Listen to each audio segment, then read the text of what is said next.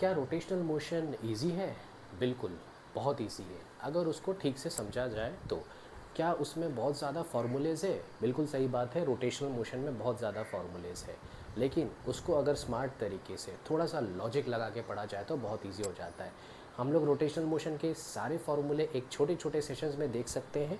For example, अगर मैंने सबसे बेसिक अगर रिंग की बात किया, moment of inertia of a ring passing through centre and perpendicular to its plane, मतलब मेरा जो एक्सिस ऑफ रोटेशन है, मान लो वो एक्सिस ऑफ रोटेशन ऐसा है, मतलब मेरा जो रोटेट हो रहा है रिंग वो कुछ इस तरीके से रोटेट हो रहा है। इसका मोमेंट ऑफ इनर्शिया मैं कैसे निकाल सकता हूँ?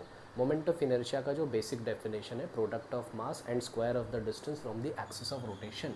तो ये मेरा एक्सिस ऑफ रोटेशन का डिस्टेंस है, let us take this as R, and coincidentally ये रेडियस ऑफ द रिंग भी है।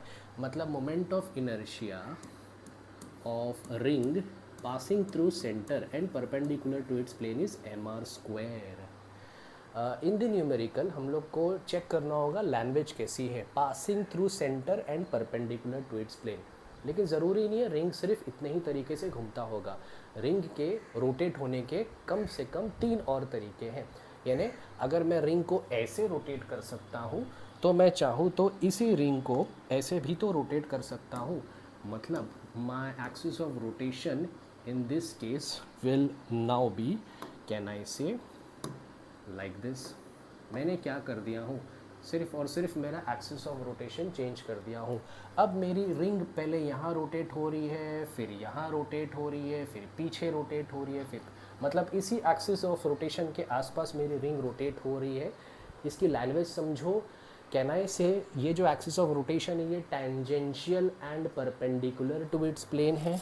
This is nothing but tangential and perpendicular to its plane, tangential and perpendicular to its plane, very important language, tangential and perpendicular to its plane.